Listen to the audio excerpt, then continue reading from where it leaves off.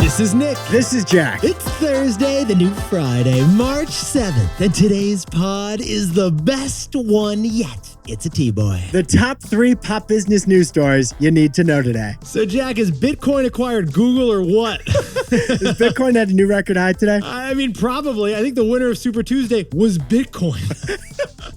Oh, by the way, we're not as up as you might think we're up on that one bet in the Bitcoin. Yeah, Jack and I bought at the other all-time highs. Jack, first story for today's show. What do we got, man? For our first story, the biggest bromance in tech was Elon Musk and Sam Altman. But those AI bros are in the middle of a brutal legal bro battle breakup. It's become a toxic relationship. It's a toxic bro-relationship. For our second story, the restaurant industry has quietly stopped offering tables for 6 people or more. They hate the party of 6. Because different tables have different economics. And our third and final story is Foot Locker. Foot Locker stock plummeted 30% yesterday because Foot Locker is in love. Yeah, Foot Locker's in love with Nike, but Nike is just not that into you. But Yetis, before we hit that wonderful mix of stories. Wild mix of stories, Jack. It's Thursday, the new Friday. Yetis, you are probably flying out to spring break right now. Cabo, Boca. If you're studying abroad, maybe Mallorca. Oh, not too shabby. But Jack, what is the one place you cannot go on spring break right now, my friend? Do not go to Miami Beach. Miami Beach. Yetis, Miami Beach, the capital of spring break, has uncapitalized itself.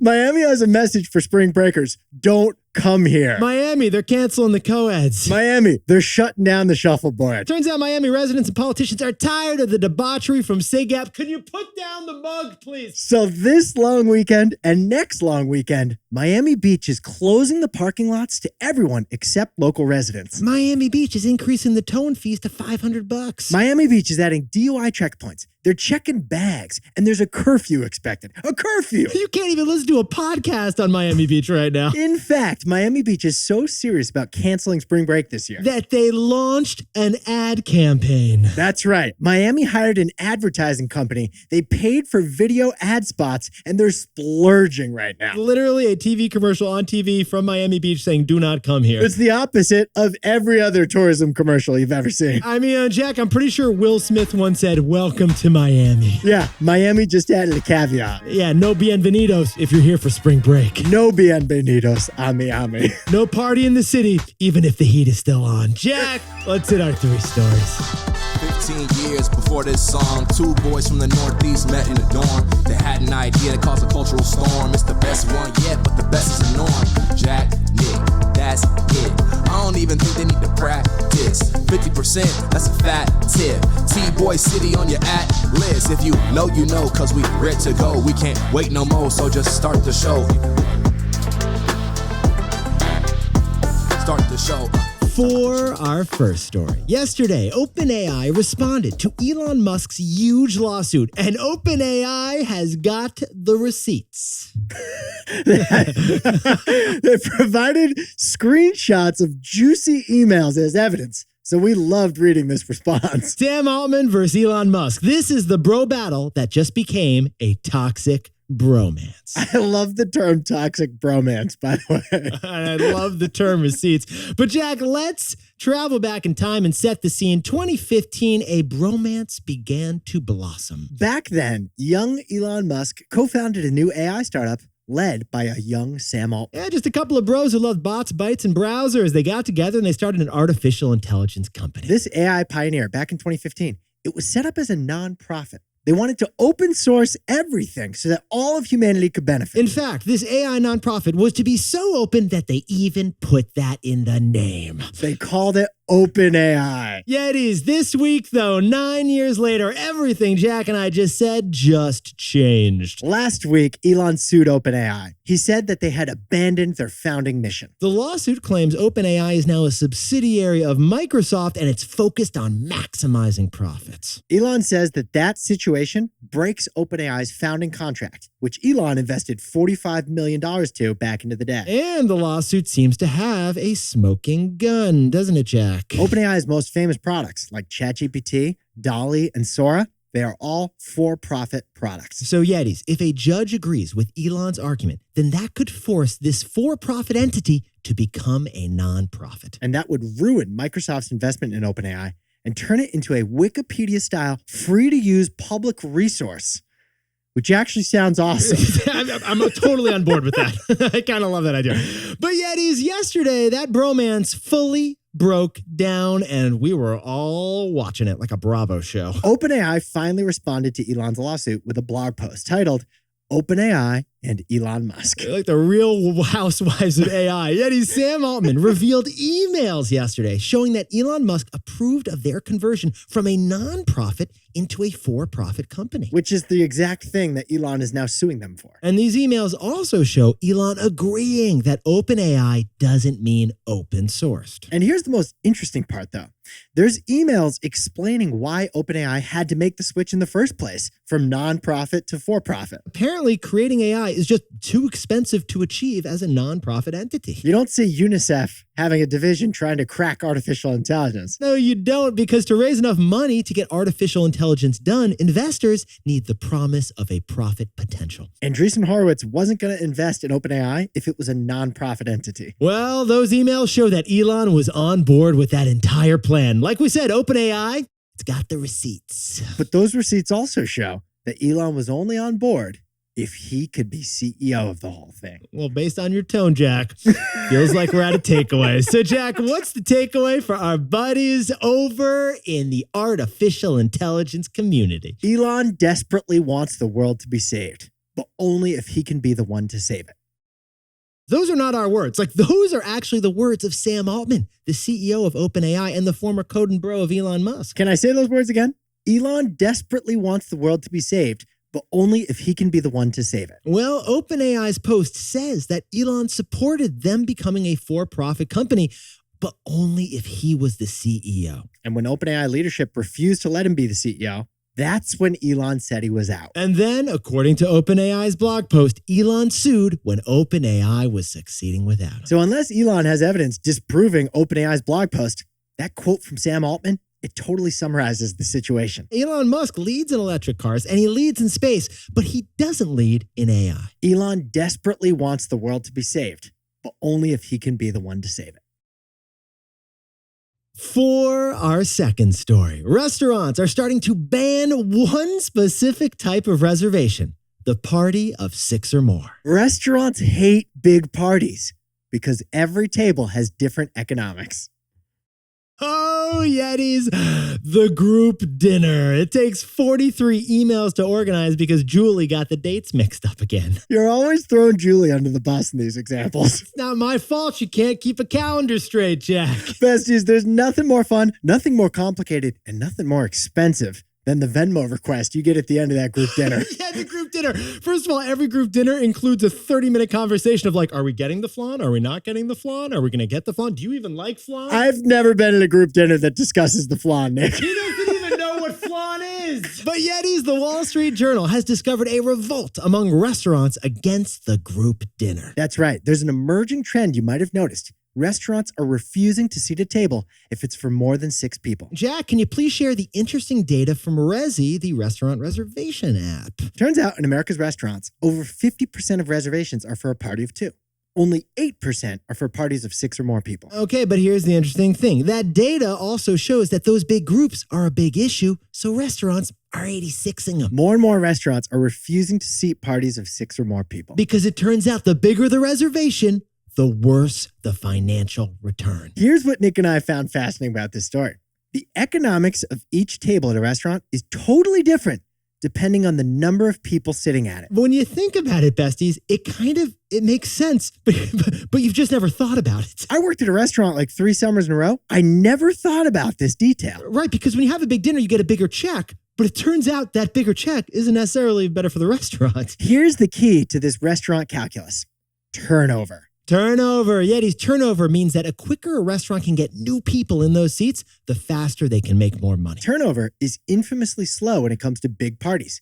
We've all been at that 3-hour-long group dinner. It's like an existential crisis about what appetizer you're going to get. Are we doing the hamachi, Jack? And by the time that 3-hour dinner for 12 is finished, 3 other tables for 4 people each, they all turned over twice. So there's less turnover with big groups, and that means less revenue for the restaurant. Another reason restaurants hate big tables: That table at 12 shows up at different times. It's 45 minutes before the whole party is seated and they're making their first order. Oh, plus the big parties, they're noisy, right? They're annoying everyone else in the restaurant. And when the waiter has to put in all 12 entrees at once, that can overwhelm the kitchen and the chefs back there. The shrimp scampi is a supply chain disaster at that point. Add it all up, big groups are just less revenue on a per-person basis. That is, financially speaking, that party table, it's a party pooper. So, Nick, what are restaurants doing with this newfound insight they got from all the data? Well, Jack, if you open up your Resi app or your OpenTable app, you're going to notice there are fewer available tables for 6 people or more. If you want a table for 7 or more people, you have to call. Sometimes you have to put down a big non-refundable deposit. Sometimes you have to agree that everyone in your party is going to order the fancy prefix menu. Going to a restaurant with a group of 7 is like having to purchase a house. You need a pre-qualification letter. Oh, and what do we think is coming next, Jack? The next logical step in capitalism is the party fee. And not just the mandatory 20% tip for parties of 6 or more. We're talking a 5% surcharge for 6 or more. Because that happy birthday song the whole family sang Nana at the end of the dinner, that was wasted time for the restaurant. And that toast from the head of sales at your big quarterly event, Olive Garden isn't selling anything during that time. When you're here, your family, but even family has to go at some point. So, Jack, can you pass the hamachi and decide on the flaw and tell us what's the takeaway for our buddies in the restaurant industry? This is an example of nanoeconomics. Yet he's back in school. You study 2 types of economics. Jack and I did too. Macroeconomics is on the scale of an entire economy. Microeconomics is on the scale of the individual. But Jack and I believe there is another field of economics, and we call it nanoeconomics. The small details that totally affect the economic viability of a business. Like the number of people at the table. For restaurants, that has a huge impact on the profitability. We were shocked by this, but a restaurant completely booked with big parties makes way less money than a restaurant completely booked with date night small dinners. Both restaurants are fully booked, but one makes way more money than the other. Yet the number of people at a table is a powerful example of nanoeconomics. There's macroeconomics, there's microeconomics, and now there's nanoeconomics. For our third and final story, it's Foot Locker. Foot Locker stock plummeted 30% yesterday like Wall Street twisted its ankle. But this story is really about a modern-day sneaker love story. Foot Locker, its IR is on the IR. Their investor relations team is on the injured reserve. Foot Locker just announced earnings and it lost money over the holidays, the time of year when it's supposed to be making money. So the stock fell 30% on that awful news. Oh, and that's not all. Foot Locker also closed 200 stores last year. They're closing 140 more this year, and it's going to be another 2 years before they're even profitable. Foot Locker is looking less Chuck Taylor, more Chuck E. Cheese. Look at less Air Jordan, more Air Ball. Air ball. But the fundamental risk to Foot Locker is something actually charmingly romantic, isn't it, Jack? Foot Locker has an unhealthy relationship with Nike. Look, Foot Locker, it's Nick and Jack here. We've noticed that your business is just madly in love with Nike. And while that sounds kind of lovely, it's also kind of complicated. Because get this, Yeti, 60% of Foot Locker's sales last quarter were sales of Nike products. 6 out of 10 things that you bring to the cashier have a swoosh on them. Oh, that is dependence if I've ever seen it, Jack. Foot Locker has a deep reliance on Nike products. Without Nike products, Foot Locker is just barely a store. Hey, Yetis, Jack and I were so curious about this. We listened to yesterday's earnings call, and Foot Locker said the word Nike 21 times. That's more times than they said sneaker and shoe combined. Now, Foot Locker does say they have a strategy to diversify beyond Nike, but they just keep sliding into Nike's DMs late night. Which brings us to the most awkward part. Nike doesn't have the same feelings about Foot Locker. Jack, what's happening on Nike's earnings calls? Nike's not mentioning Foot Locker 21 times. They're not even mentioning Foot Locker at all. Nike mentions Dick's and Finish Line as their favorite retail partners, not Foot Locker. To quote Bradley Cooper, he's just not that into you. But we actually think that Nike needs Foot Locker too. We actually think these two are going to end up at prom together. So, Jack, what's the takeaway for our buddies over at Foot Locker and Nike? The retail apocalypse never happened. Yetis, as e-commerce was taking over American spending, Foot Locker was in trouble. When the pandemic hit and we were buying even more online, Foot Locker was in real trouble. But then a surprising thing happened. It looks like we've gone back to our old spending ways. That's right. The percentage of American shopping happening online, it's plateaued. It's been at 16% for a couple years now. The data shows that despite the pandemic, we still buy 84% of our stuff in person, not online. So Foot Locker's 2,000 stores, that's really valuable when 84% of us buy stuff in person at stores. Without third-party retailers like Foot Locker, Nike would be missing 84% of your consumer spending. So Foot Locker may not be Nike's number one partner, but it's still an important partner. Because the retail apocalypse, it just never happened. So Nike's going to the prom with 3 dates, and Foot Locker is the third, but at least it's invited. Okay.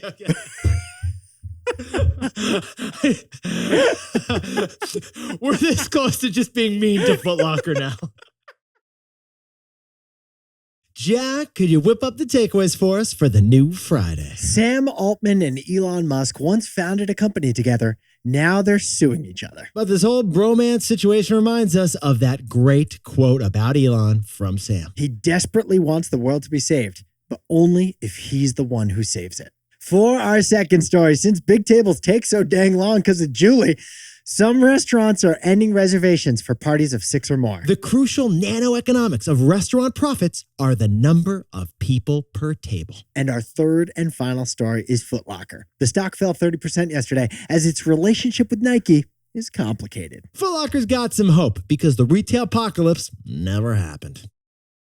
But Yetis, this pod's not over yet. Here's what else you need to know today. First, tonight is President Biden's State of the Union address. Half progress report, half campaign speech. On the other side, Nikki Haley dropped out of the race for the Republican nomination, setting up an official rematch between Donald Trump and Joe Biden. And second, Bowflex, the maker of at-home gyms from your childhood TV commercials, just filed for bankruptcy. Peloton, it's not the only at-home gym struggling right now. And finally, the gold rush in Wall Street continued, literally, and it's not just Bitcoin, because gold prices just hit an all-time high. The price of gold is now $2,140 per ounce. The last time it was that high, there were pirates. And they called it booty. Different times, Jack, different times.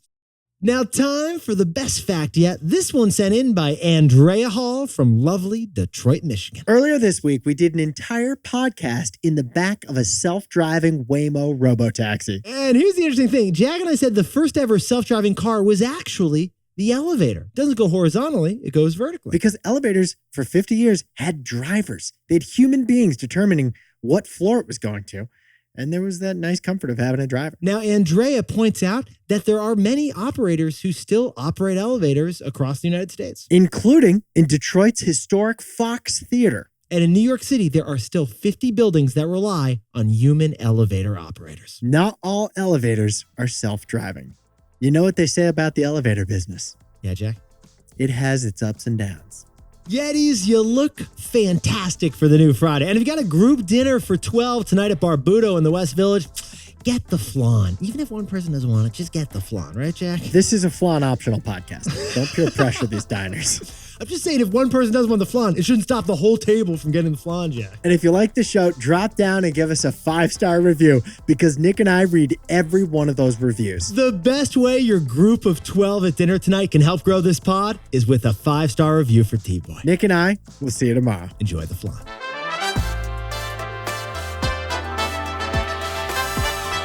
And before we go, a happy birthday to little Brooksy Karavici Kramer, born and raised so far in Vermont. Brooksy, do you know he has my exact smile? Does he really have your smile? Yeah, when I look at pictures of me at that age, it's like identical. I mean, he's got huge podcast potential, Jeff. I mean, this kid was born with a microphone.